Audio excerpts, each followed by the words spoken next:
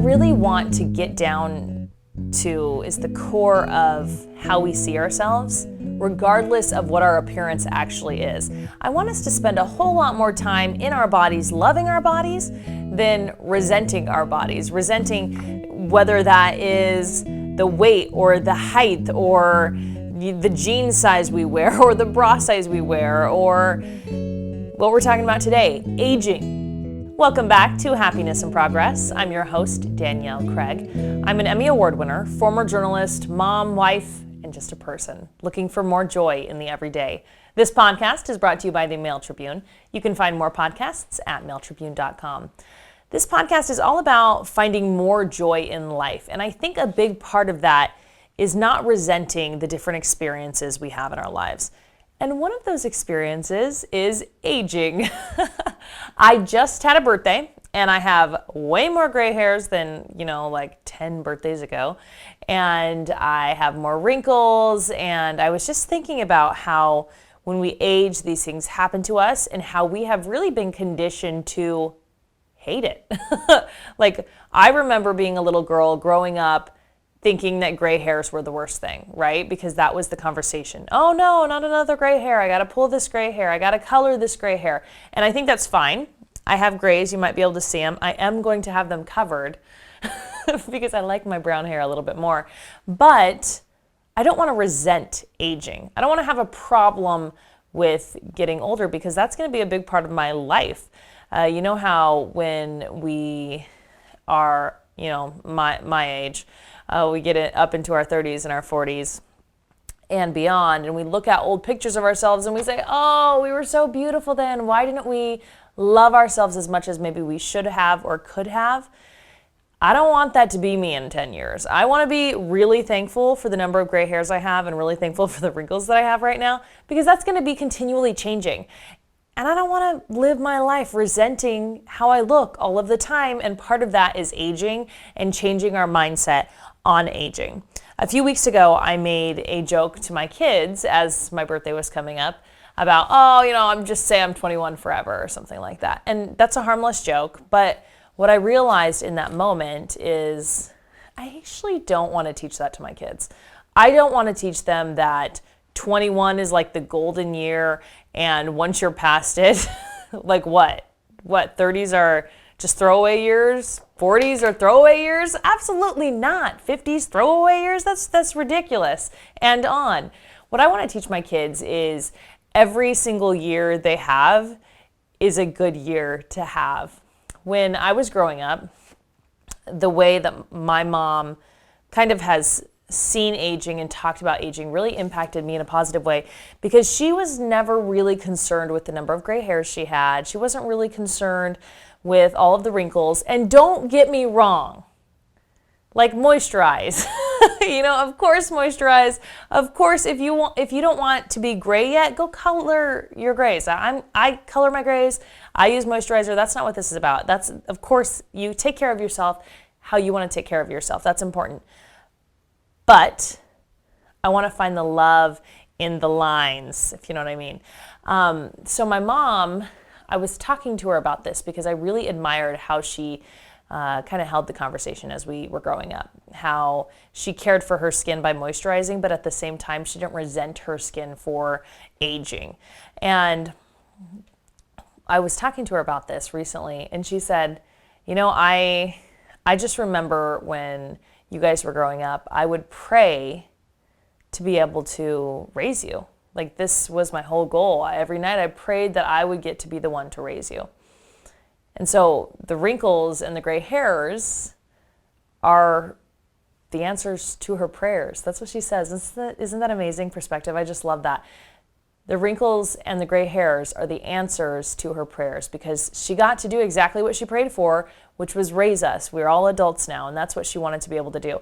And so I think that if we start looking at our gray hairs and our wrinkles and our changing bodies and our sagging skin, and even like the I just straightened my leg and my knee was like crack.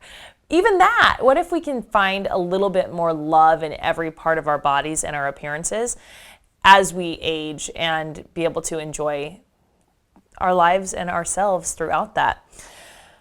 I go back to often, aging is a privilege denied to many. I have a dear friend who I love and adore and has taught me so many lessons over the years, some that I've shared here on the podcast, whose body is failing her. Recently, the doctors gave her just weeks to live, and her body is failing her.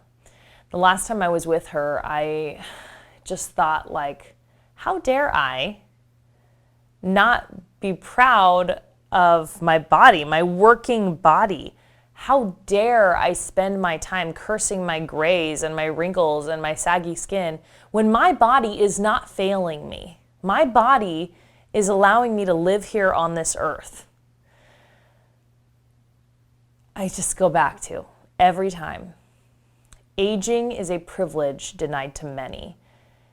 And I don't want to say this to shame anyone and make you feel like, oh, I feel bad about my body this time and this time, but I want you instead not to feel bad that I said this, not to start feeling like, oh, me, oh my, I'm always shaming myself, oh, I said this about my body, I said that about my body, but instead empower you to realize what your body is capable of. Realize how many times you have smiled and the wrinkles that have come from it. Is that not an answer to prayers or whatever religious type of energy you put out there? Is that not an answer to your prayers when you start getting these? Like, why do we have these? Because we're expressive and we're enjoying our lives. I worked in news a long time, and I had a lot of eyebrow action, like up, like surprised. And I have wrinkles because of it. But you know what? Each one of those tell a story, and I think we need to be proud of the fact that our bodies are taking us through that we get to travel in our bodies through this experience that is life. There's a concept called positive aging. It's described as a state of mind that is positive, optimistic, courageous, and able to adapt and cope in flexible ways with life's changes. The reality is our bodies age. That's what happens here on this earth. Our bodies age. We get wrinkles, we get grays. It's harder for us to stand up just out of the couch. Our knees hurt, our lower backs hurt, our elbows hurt, our everything hurts. We start having pain we didn't realize would be there when we were so much younger. But there's a lot of psychology research around this. Experts say people aging in cultures where youth is worshipped and chased have a harder time aging than other cultures. I would say the U.S. falls into that category. So how can we age a little more gracefully? There's an amazing researcher, scientist. Her name's Elizabeth Blackburn. She did some incredible research on this. In fact, I linked the entire TED Talk in show notes. So if you like what I'm about to say, go ahead and go check that out, because I'm going to give you the very, very watered down layman version of her research, because this is some serious science stuff. So basically, she can see that the DNA gets copied over and over and over again in humans, but what she found is that there's a part of the chromosome right at the end, I think it's called a telomere. It starts to get shortened, it starts to kind of fray a little bit, things start to change with the telomere. And so my layman understanding, again, is that in the human body, when that's happening to our chromosomes, as the DNA is getting copied over and over again, we start to age. So we're starting to get wrinkles and we're starting to get gray hairs. Our immune systems get weaker, everything that comes with that. So Blackburn ultimately gets asked, how does consistent caregiving impact those telomeres? And they started studying caregivers, specifically to people who were taking care of kids with chronic illness. What they found was the longer a mother cared for her child with chronic illness, the shorter her telomeres. So this is actually that research. You know how we always say, oh, I'm so stressed out, I've got these gray hairs. This is the actual research that backs that up as at least somewhat factual. So what they found is the mothers who were taking care of their chronically ill children for longer had shorter telomeres. That's the enzyme at the end of the chromosome. Again, my layman understanding. So when that was shorter, that showed up in the physical body as things like aging. Again, gray hairs, wrinkles, lower immune system, pains, aches, that kind of stuff. But there is some good news in this research. Some of the moms were actually able to maintain the telomeres. So they weren't shortening, they weren't fraying. Instead, they were staying the same. So that would mean not more aging. They weren't increasing their aging.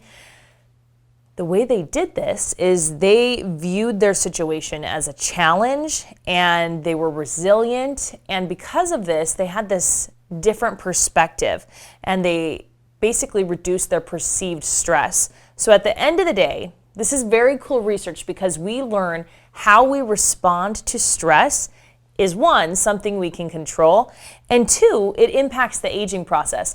This research actually went on to go win a Nobel Prize. So again, I linked the entire TED Talk from the scientist. It's really, really interesting. Okay, so also in the TED Talk, Blackburn, the scientist, talks about ways that we can reduce that stress. We all have stress in this life. Life is stressful, that's a given, but there are actually scientifically backed ways that we can reduce the stress, which then helps our telomere, and we basically are able to maintain it so we're not aging as quickly. And those ways are meditation. She recommends 12 minutes per day based on what she saw in this research. Also, changing our attitude, as simple as that. These moms who had their telomeres not changing, they actually, nothing was changing about their situation. They were just like, this is a challenge and I've got this. Okay, 3, if we consider stress as a challenge, it does change our perspective of the stress. So amazing. But when I asked about this, I had so many thoughtful, really inspiring answers, and I want to share some of them with you.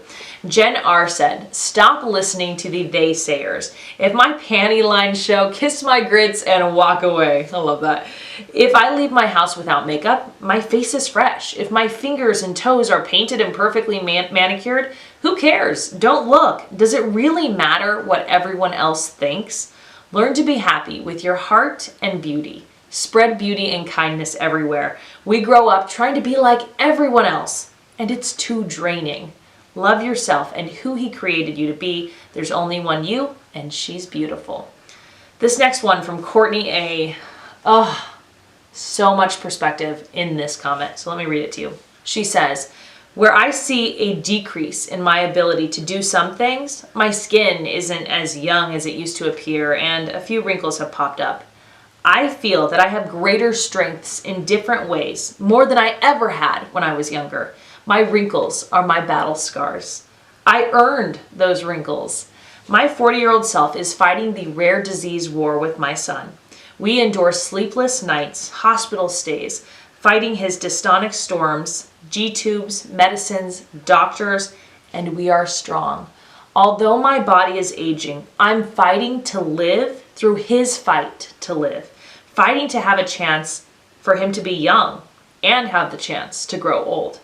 His fight to grow old keeps me young and strong, both physically and mentally. Courtney, thank you so much for sharing that. Melissa S. said, being in the breast cancer community, having my grandma die not much older than I am now, losing so many friends to breast cancer, I have a very different perspective than many do on getting older. As a disabled person, I also have a much different body and level of ability than an able-bodied 40-year-old.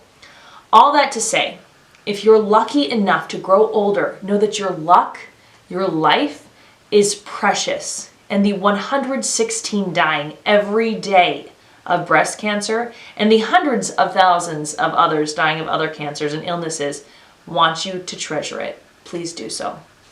I love that because I agree with her that so many people don't get to live as long as we are living right now. No matter what your age is, so many people did not get to see that age.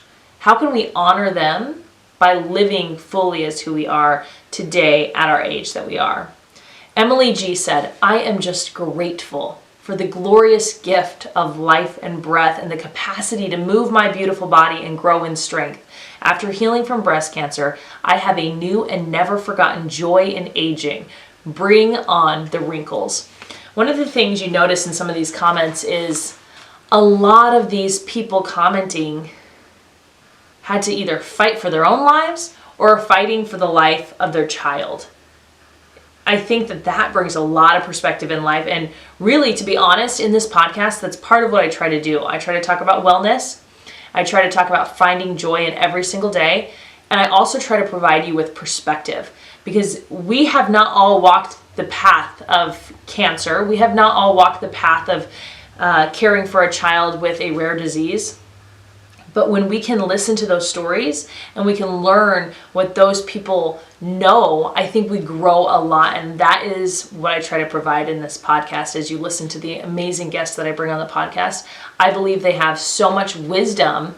Every person that I've ever had on the podcast, I believe somewhere, something in their path of life is worth us knowing and understanding and getting a new perspective of how this life is not just what we perceive it to be. I just want to end with the bottom line. The bottom line of aging gracefully is this life is hard. A ton of stuff happens that is not within our control. But what we do have control of is how we respond to situations, is how we choose to create a mindset that allows us to love ourselves fully, even when we don't appear the way that we did 5, 10, 15, 20 years ago, right? I believe we have control of those things. We have control of the things we add to our lives that can help us have a more positive perspective. And that also involves what I love to talk about, which is gratitude. And of course, what I just said, perspective. I want to thank you for being here on Happiness in Progress. I am so glad you're here listening or watching, and I'm glad you're alive. I'm glad that you are aging right now, because those two things come hand in hand. Thanks for being here on Happiness in Progress.